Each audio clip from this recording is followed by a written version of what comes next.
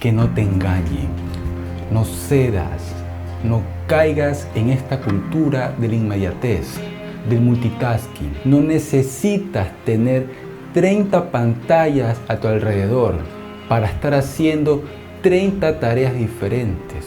No lo necesitas. No tienes por qué estar en un lugar nuevo cada fin de semana. No tienes por qué tener 2 trabajos, leerte 30 libros que no te interesan para nada, pero que te lo tienes que leer porque la gente le llama clásicos, que debes leerte sí o sí antes de morir. No caigas en esta época tiktokera. Es una trampa. Hacer nada es una actividad muy valiosa que se ha perdido por esta época de la inmediatez. Las grandes mentes, Aristóteles, Platón, Sócrates, Nietzsche, Víctor Franklin, todas las grandes mentes decidían no hacer nada porque entendían lo valioso que es el silencio para la mente y para el espíritu, y te lo han quitado. Las redes sociales te lo han quitado, pero no es porque sí, no es un accidente.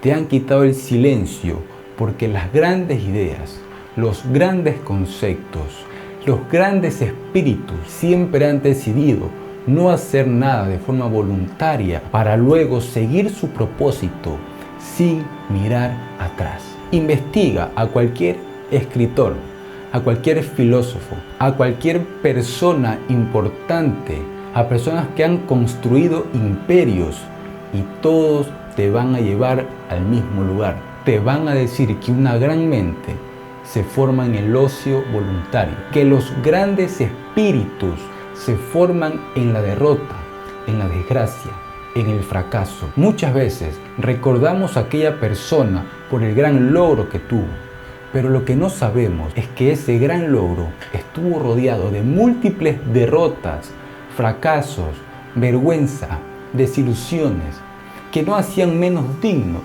a ese hombre de su victoria, sino que lo estaban formando para convertirse en el ser humano digno de aguantar el peso de la victoria, porque no cualquiera es capaz de aguantar ese peso. Aristóteles decía: somos lo que hacemos recurrentemente.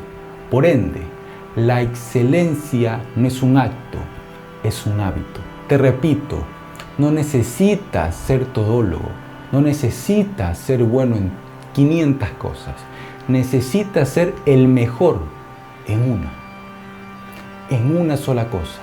Así que busca dentro de ti y encuentra tu maldito propósito. Pregúntate quién eres y en quién te quieres convertir. Y no pares. No pares hasta que aquello que es tu propósito se convierte en tu rutina, se convierte en tu día a día. Porque la felicidad que muchos te pintan no es llegar al éxito, no es lograr la meta, no. La felicidad no existe. Lo que existe es un ser, un espíritu, siguiendo su propósito. Eso es lo que existe. Aquellas personas que vemos como gloriosas, como exitosas, como las personas a las que nosotros deseamos ser, no son personas que llegaron a su felicidad y simplemente se acuestan a ver cómo son felices. No, son personas que tienen un propósito y lo siguen. Y ahí están, en ese camino, en esa carretera, en ese movimiento, en ese avance hacia su propósito, los que los convierte en seres respetables. Porque el movimiento, porque la forma de alcanzarlo, porque la forma de aguantar las derrotas, porque los triunfos que uno va consiguiendo son el resultado de seguir tu propósito. Así que deja de perseguir la felicidad, porque no existe. Deja de buscarla.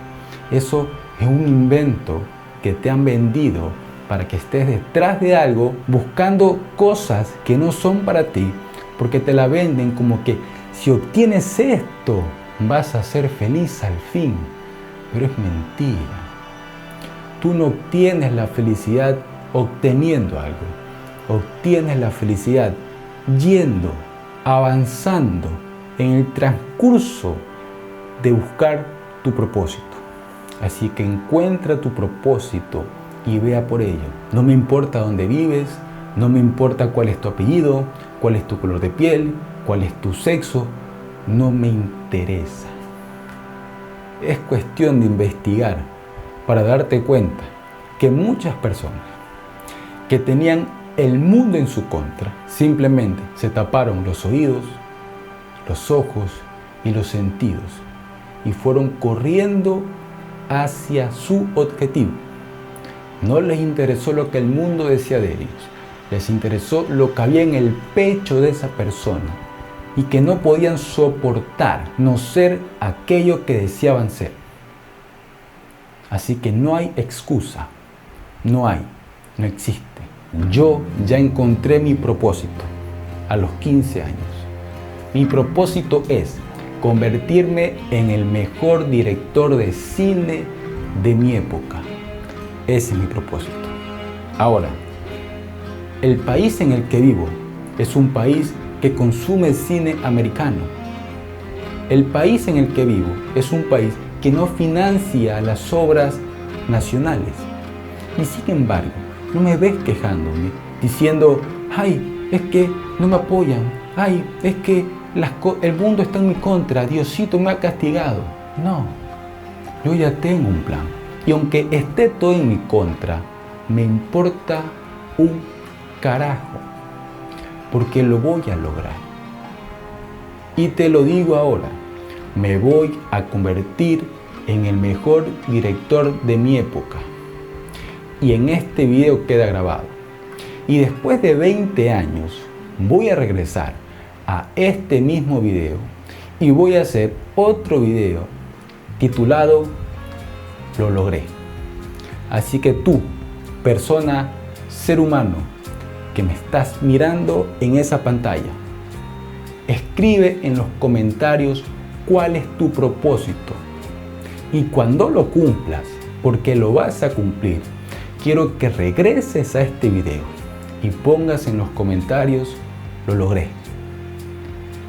Y ojalá poder sentarnos a tomar una taza de café y juntos conversar lo duro que fue el camino, lo duro que fue perseguir ese propósito, pero que lo hemos alcanzado. Porque ojo, mi propósito no es tener $1 millón, porque lo tengo ¿y ahora qué hago? Ese no es un propósito. El propósito es seguir el máximo de tu potencial y vivir en él. Mi propósito es ser el mejor director de cine de mi época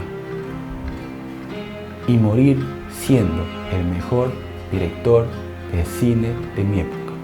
Así que encuentra tu propósito, escríbelo en los comentarios y cuando lo cumplas, escribe, lo logré. Soy Leandro y yo, arrivederci.